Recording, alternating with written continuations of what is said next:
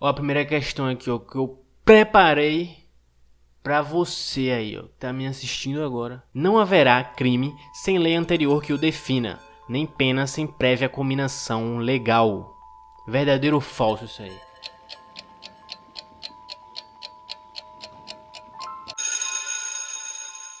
E aí? Essa tá fácil. Essa aqui até minha avó sabe, pô. E ela morreu. Se é verdadeiro, é exatamente isso aí que diz lá. Bota aí, mostra aí rapidão aí pra gente ver. Irretroatividade da lei penal. A lei penal, ela não retroage. Ou seja, ela, a princípio, não se aplica aos fatos praticados antes da sua entrada em vigor. Isso é uma decorrência lógica do próprio princípio da anterioridade da lei penal.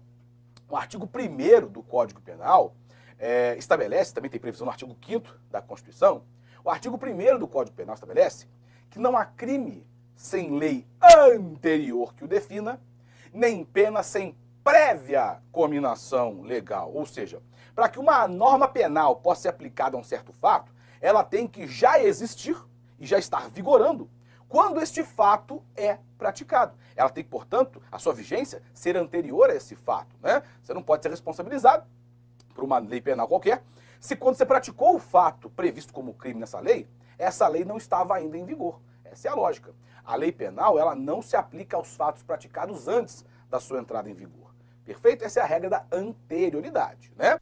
E aí? Eu disse, não disse? Disse. Sempre digo. Sei de tudo. Ó, a questão 2 aqui, ó. A lei não retroage. Verdadeiro ou falso?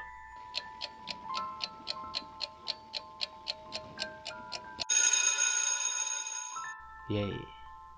Essa maravilha. Um espetáculo. E aí? É falso mesmo. Ali no retroage? Cadê no retroage? Ele disse que ali no retroage. Ali no retroage? Ali no retroage? Ali no retroage. Ali retroage, pô. Retroage ou não retroage? Retroage. E como que retroage? Como? Me diz aí como. Bota aí. E que culmina, claro, na irretroatividade da lei penal. Ela não se aplica aos fatos pretéritos. Maravilha. Mas isso é regra, existe exceção. Como regra, a lei penal não retroage. Como regra, a lei penal não se aplica aos fatos pretéritos. Tem exceção. A exceção fica por conta da chamada retroatividade benéfica. A retroatividade da lei penal benéfica. Como assim, professor? A lei penal que de qualquer modo beneficiar o agente, ela se aplica aos fatos pretéritos, se aplica aos fatos praticados antes da sua entrada em vigor. Artigo 2º, parágrafo único do nosso Código Penal. Ainda que esses fatos já tenham sido decididos por sentença penal condenatória transitada em julgado. Como assim, professor? Não entendi nada. Calma. Mas é o seguinte, José praticou um furto simples, tá? Pena reclusão de 1 a 4 anos e multa. Aí foi processado, foi condenado e tomou na sua honorável lomba 1 ano de privação da liberdade, 1 ano de reclusão, pena mínima. E aí começou a cumprir sua pena, já transitou em julgado. Não cabe mais recurso, está cumprindo pena já.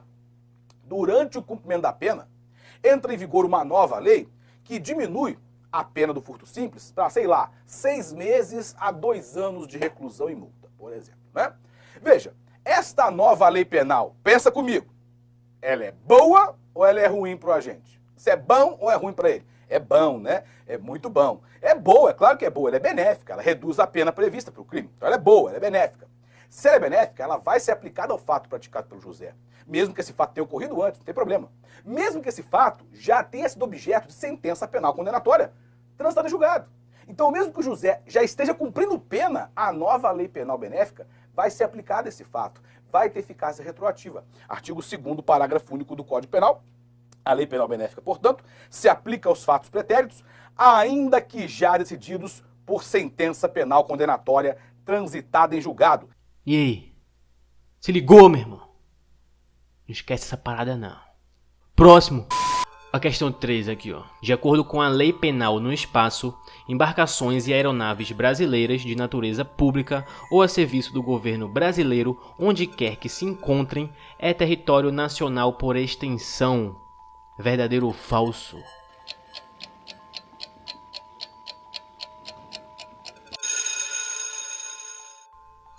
E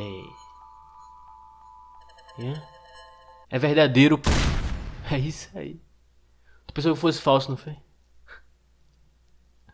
É verdadeiro. Tá duvidando, meu irmão, de mim? Tu quer ver o textinho lá, escrito? Eu trouxe pra tu. Claro que eu trouxe. Eu sempre trago tudo pronto pra tu. Tu não tem trabalho nenhum, não, de pesquisar. Porque já tá aqui, ó. Tá aqui, ó. Só eu puxar aqui, ó. Falando sobre a lei penal no espaço, quando eu falo em lei penal no espaço, eu tenho uma regra de aplicação, que é a regra da territorialidade, do artigo 5º do Código Penal. Como assim? Eu aplico, como regra, a lei penal brasileira ao fato criminoso ocorrido, presta atenção, olha que difícil, professor, tá dando até taquicardia, hein? Olha, eu aplico a nossa lei penal ao fato criminoso ocorrido dentro do nosso território. Olha que difícil. Territorialidade. Então, o fato criminoso aconteceu aqui, eu aplico a nossa lei penal. Essa é a regra. É uma regra mitigada ou temperada, né? Por quê? Veja, existem exceções. O artigo 5º fala, aplica essa lei penal brasileira ao fato cometido dentro do nosso território, ressalvadas convenções, tratados e regras de direito internacional. Mas o que eu considero como território nacional? Eu tenho primeiramente o território geográfico, né, ou físico, que é o nosso território propriamente dito, ou seja, aquele espaço de terra dentro das nossas fronteiras, né, aquela coisa bonitinha que a gente vê lá, aquele mapa do Brasil, né, nosso território. Você tem também o mar territorial, que é uma faixa marítima a partir da costa, sobre a qual o Brasil exerce a soberania, o espaço aéreo correspondente a tudo isso, o subsolo, isso tudo é território brasileiro, físico ou geográfico, ou território propriamente dito. Mas eu tenho também o território nacional por extensão, locais que não seriam território brasileiro, mas são assim considerados para fins penais, são considerados como território nacional por extensão. Quais são esses locais que são considerados território nacional por extensão? As embarcações e aeronaves brasileiras, públicas, pertencentes, portanto, ao Estado, né? Ou a serviço do governo brasileiro, onde quer que estejam. Então, exemplificativamente, um avião da FAB, ele é território nacional por extensão, onde quer que esteja.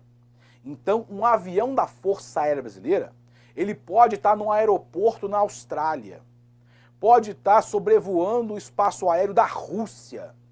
Ele é território brasileiro por extensão. Um navio, por exemplo, da Marinha Brasileira, ele pode estar em alto mar, atracado num porto na Holanda, ele pode estar na Lua, em Júpiter, ele é território nacional por extensão.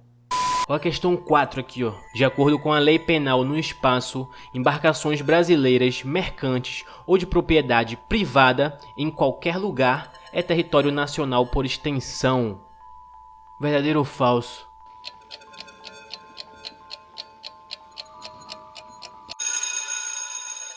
E aí? Mudou a pergunta? Mudou. Isso aí tá falso, tá errado isso aí. Tá errado. Não estudou não? Que já vou te mostrar porque tá errado. Então se liga aí. Além das embarcações brasileiras, públicas ou a serviço do nosso governo, eu tenho também, como extensão do nosso território, as embarcações e aeronaves brasileiras, mercantes ou de propriedade privada, mas aí não é em qualquer lugar. Elas só vão ser extensão do nosso território quando estiverem no espaço aéreo correspondente ou em alto mar. E aí? Tu aprendeu, meu irmão? Ficou alguma dúvida? Se ficou, tu assiste de novo, pô. Até tu aprender. Que eu não vou estar aqui te explicando o tempo todo, não. Pensando que eu sou idiota, meu irmão. Acabou.